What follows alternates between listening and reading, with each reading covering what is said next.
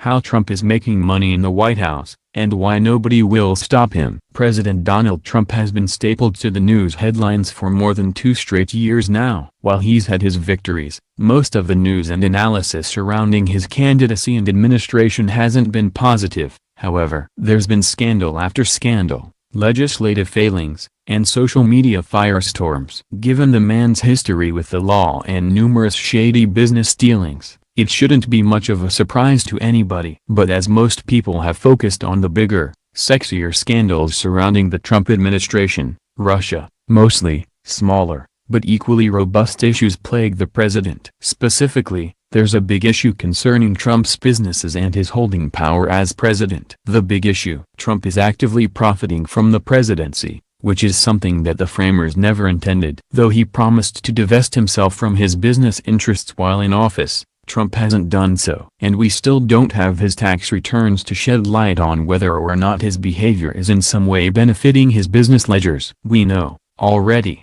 that taxpayer money has been flowing to some of his businesses, like Mar-a-Lago. Yet, in spite of the public seeing their tax dollars flow directly into the Trump Organization, no one has stepped up to put a stop to it, despite the rules being laid out in the Constitution. How is he making money? And why isn't anyone doing anything about it? We'll get into it. Trump's businesses. First of all, we have to touch on the Trump Organization. It's huge and has properties and business interests all over the world. The company is private, so we don't have a clear picture of exactly how big and valuable it is. But we do know that Trump promised to divest himself, or to walk away, from his business while in office. The main reason, of course, is to avoid conflicts of interest. For example, Trump wouldn't want to conduct a military operation in a city in which he owns valuable property. There is an innumerable number of potential scenarios, but this is an obvious one given that Trump owns property in somewhat unstable countries.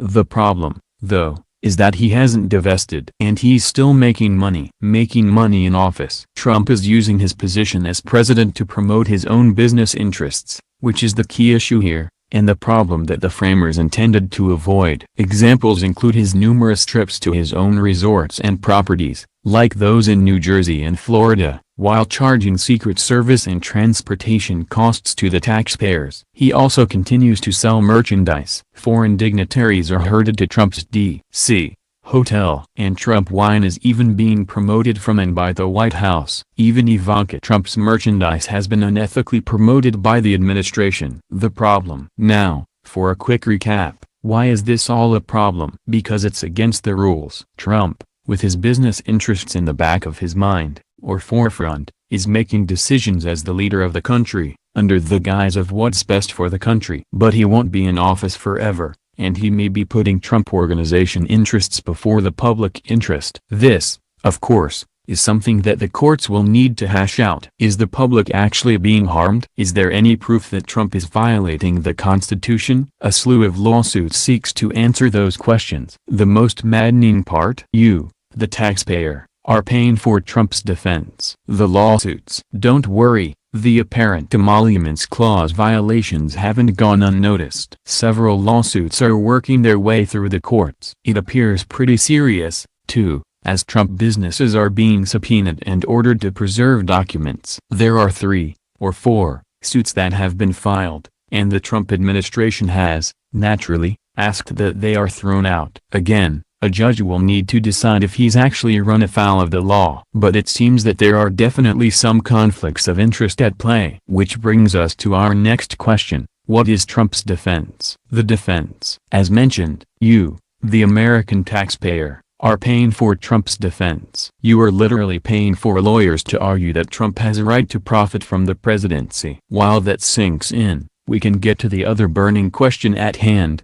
which is why Trump thinks he is in the right here. According to a report from USA Today, it boils down to this: the taxpayer-funded lawyers are making the case that it is not unconstitutional for the president's private companies to earn profits from foreign governments and officials while he's in office. Further, the government lawyers and Trump's private attorneys are making the same arguments, that the Constitution's ban on a president taking gifts from foreign interests in exchange for official actions does not apply to foreign government customers buying things from Trump's companies. The plaintiffs, including ethics groups and competing businesses, argue the payments pose an unconstitutional conflict of interest. Again, we'll have to wait for the courts to hash it all out. Will Trump get away with it? You can agree or disagree with the president's actions, but it's obvious that he's violating the spirit of the law. At the very least, he himself promised to step away from his interests and didn't, implying that he knew he should have even before taking office. As for whether or not a court will drop the hammer on him, it's hard to say. There isn't much legal precedent in this area. President Obama had a brief spat with the law concerning his Nobel Peace Prize, but other than that, emoluments violations don't bubble up very often, setting a dangerous precedent. It's more than just making sure the president acts in good faith while in office. The real issue here is establishing a precedent going forward. While we evidently appear willing, let him get away with anything he wants,